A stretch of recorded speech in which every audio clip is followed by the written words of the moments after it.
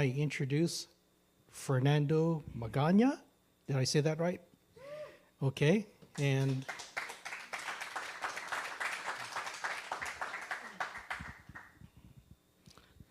Is this mic on? that's supposed to be in white, so that way it's easier to read. Sorry about that. Okay, so this is writing the silver tsunami. All right, there's been a lot written about that, where the aging group of which I'm part of, the baby boomers, we're going to throw some numbers up here fairly soon. I've mentioned this as assisted living facilities. That's the generic term throughout the United States. Here in California, it's better known as RCFE, Residential Care Facilities for the Elderly. Okay, and let's continue. All right, and Fernando, feel free to jump in at any point, elaborate on these topics. And by the way, this was last minute, so I did the PowerPoint presentation last night. Fernando only got to see it today. Like 15 minutes ago, so don't judge me.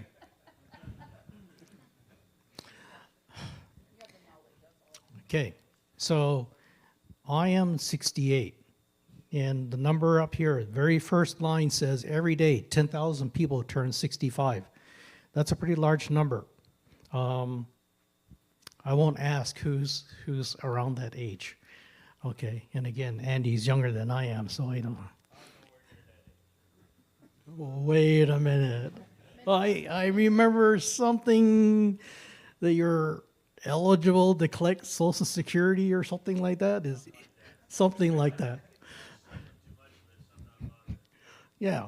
Okay. So for someone our age in the 60s, we still have a little bit of runway left before we potentially need a business or service like this. And what's the kind of age that you're seeing for your residents? You're right that 60 might be a little bit too early, but just to let you guys know, the residential care facility, the beginning age is 60. We cannot take anybody lower than 60. The average, I would probably say, is between 75 and 90 for the residents in residential care facilities. We get everything in between, but that's about the average. Okay.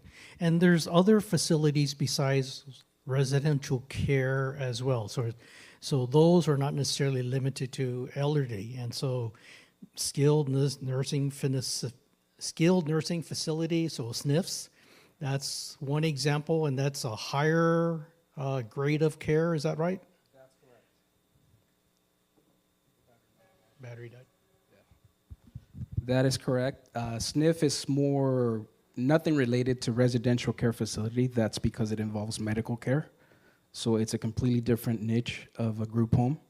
But you guys might have heard of ALFs, ARFs is the interchangeable terms. That's for the lower age range between, I think it's 35 and 55 for people that need any type of daily living assistance that don't meet the 60 age requirement. You can really get into the weeds because there's something that I recently found out that even with assisted living facility group homes, there's different niches of special needs seniors that just need a completely different level of care. So even within residential care facilities, there's specialized homes that provide special needs. And okay.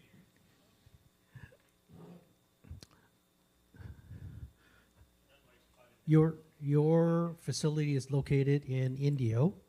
Yes. And how many facilities do you think are like yours in the area? So in the Coachella Valley, which is where I'm coming from, Palm Springs area, there's a little bit over 150 facilities in total. This ranges from the 6-bed facility, which is probably going to be your entry level, and everything in between up to the big box facilities that we know of, which at that point there's unlimited number of beds. There can be 120, 150, 300 plus beds in one of these locations. But yes, about 150 in the Coachella Valley, which is known for elderly residents. So it's a very common retirement location. So it's a perfect market for these types of homes. And typically for when these residents or potential residents come in, who is it that is coming to inspect the facility, asking the questions, things like that? A lot of us in the business know her as Daughter Judy, which is basically the primary caregiver, the burned out family member, the person who's probably stepped up to take care of the parents, family members, friends. They've tried to take care of the daily needs of the person until they get to a point of burnout, and that's when they need to scramble and start looking to delegate some of the care. Okay, and so typically these are what, an on-site visit, they come tour the facilities. What kind of questions do they usually ask?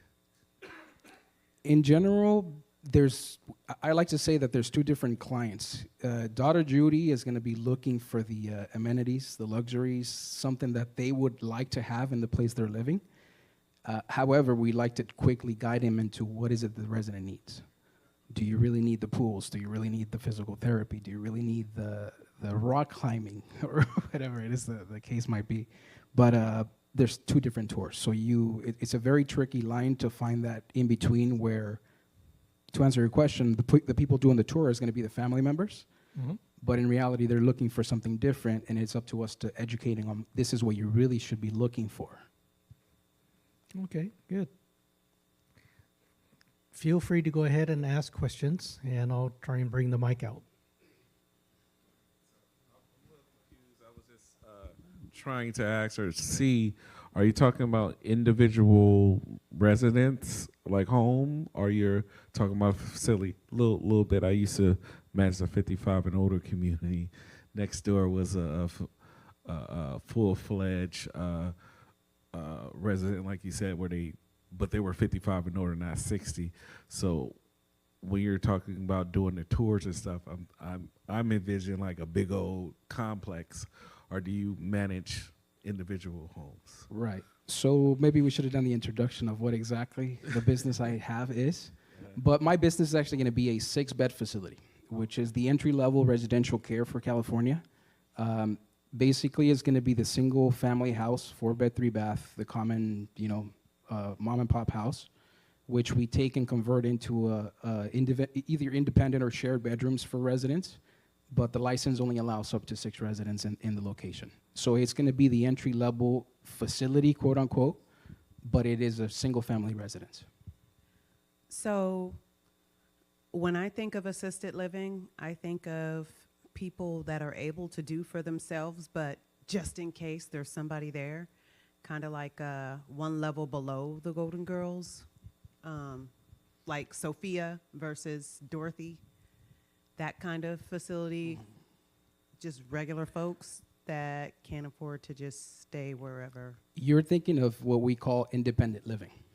So independent living is somebody who's getting towards that point of care, but can still manage for themselves. So independent living would like to have a caregiver on site just in case, somebody that might come in and check every now and then, but they're still not getting any assistance whatsoever. My business is where and maybe we'll just give you the definition of what the 6-bed RCFE is, which is a 6-bed residential care facility. It's a small non-medical assisted living home licensed to care for up to 6 seniors age 60 and up who need help with daily living activities. That's the base care that we provide. So anything from bathing, dressing, cooking, cleaning, anything but medical is what we're in charge to provide for the residents. Yes, transportation, mobility issues, and anything in between. We are not something very important that I did want to mention. A lot of people think that we provide medical care. We are not allowed to provide medical care per the state of California. So, okay, so as part of that, you say do you take them to appointments, like they go to the doctor, or they have to do the typical regular things that older folks have to do? It's not in our. We're not forced to do it. It's something that we can provide as an extra amenity, depending on the business, depending if the proper staffing is adequate for the home, if the administrator has enough time to be able to provide that. Some places do, but the most common answer is no. We accommodate for transportation, but we don't provide it ourselves. And is Social Security how most of these people are paying for this, or they have to come up, or the family has to pay for the? No, monthly? that's a great question. No, my business is primarily private care, private pay. Social Security homes, unfortunately, are going to be the big box facilities that are just government funded. Those kind of places, so unfortunately, you want to kind of stay away from your loved ones. No, this type of business that we're going to be talking about today, for the most part, they're going to be private pay. So for those of you in the back, you might not be able to read all this information here. Just quickly, currently in the USA, I don't remember when these numbers were first put together. I think they might be a few years old already. There are only 1.4 million beds in all of the US, and yet the need is growing. 1.8 million increasing every year. So what does it basically mean for us as real estate investors? So you're able to go ahead and charge a higher rent amount to an operator because they're running a business from that facility. And again, this is a residential facility. So basically, 4, 5, maybe 6-bedroom house. You can start with a 4-bedroom house and have some shared rooms, some private rooms. Ideally, you're doing it with 5, maybe more beds. So for California, you're essentially protected in one sense by Fair Housing Administration, where you can do 6 beds. To go above that, you can. It just requires additional permitting. Okay. That's right, and I saw the number that Goodwin had up there, 3,500 is the average. That is an outdated number. The national average cost per bed for residential care facility is $4,500 per bed. So I guess I have 2 questions. The first question would be like when you're choosing a potential client. I know that there's a degree of how much help they lead. That what would your facility choose? And then the second thing is, with that being said, the insurance wise, since it's a business, do you have to have special insurance? Right. Both great questions. So I'll address the first one. That's one of the beauties that I do like about the business, that you're not forced to just take anybody that comes into your facility to tour. You have the freedom to completely do an assessment to see the needs of the resident. First and foremost, you're probably already going to have existing residents in your facility. So one of the main things that you want to look at is that they match your current census of residents. You don't want to have, perfect example, as I was mentioning to Goodwin earlier, we had a call yesterday for a male resident looking for placement. He was calling for a facility to probably get placed. But being that we currently have only 5 women and we only have 1 shared bedroom available, even if I wanted to take him, I'm not allowed to. So, unless we want to start talking about what we were talking about earlier. So we do have the advantage that we're not forced to just take anybody. We assess their needs. We kind of go about what type of care we're providing to the current residents. We assess the current staff that we have in our schedules, and we determine whether we can take them on, or if we can just say no, flat out no. To the insurance, that's part of what the discussions that I've had with Goodwin when we first started having the conversations about assisted living. Why I don't like to turn people down or away from the business. I just want to make sure that people get educated on what it entails. And insurance is a great point. This is a very high liability business because you're in charge of 6 people on a business that you can't just shut the doors or turn off the lights. It's a 24/7 facility. Holidays, weekends, it doesn't matter. You got to have staff attending for residents on any type of emergency. Hi.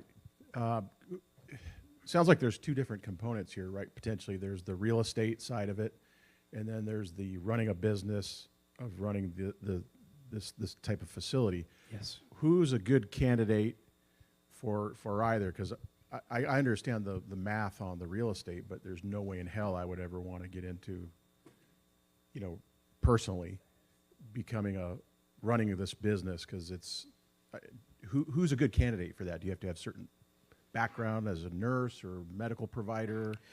It depends on what you're looking to do.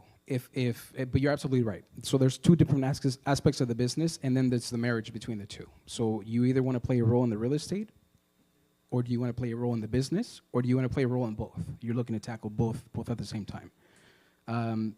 The short and sweet answer is if you want to be involved in just the real estate, which what I would probably believe is the majority of the room, you can absolutely accomplish that. You can just own the real estate and lease to an operator to run the business from your home. The most profitable, some of the numbers that we're going to be talking about is when you're operating both aspects of the business. When you own the real estate and you are cash flowing from running the business as well.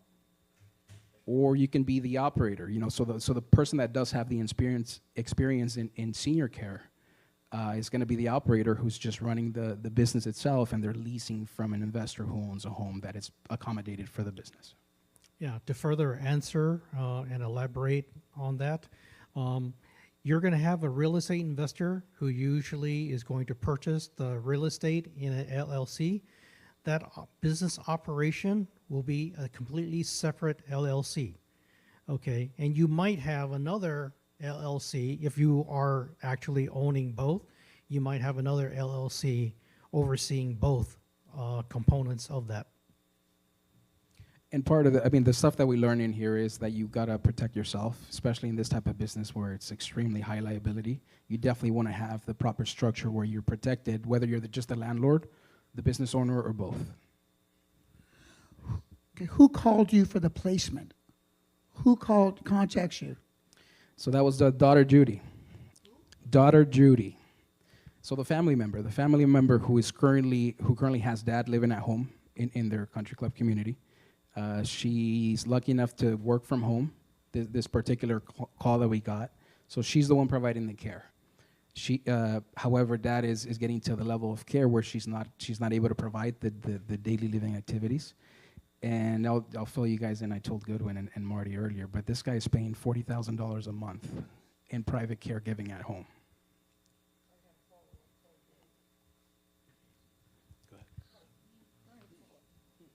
Okay, so there are no referrals from any government agencies? There is, if you choose to work with SSI residents. So if you choose to work with the government and you're providing, government programs, you do get referrals, and that's probably the most in-demand beds, government funded programs. In my case, I just, with the numbers that I have, my overhead, I even if I wanted to, it just doesn't work. There's no way I can provide the care and pay my staff, pay my insurances, and pay everything that I have to pay with my overhead when I'm charging I believe the max for SSI residents is $2,200 a month, which just doesn't pencil out. There are, of course, somebody's got to take care of these people. So there are the government-funded facilities that have a waiting list of, I think it's like 3 to 6 months to be able to get a vet available in there. And that's the people that are getting the government assistance to pay for the beds.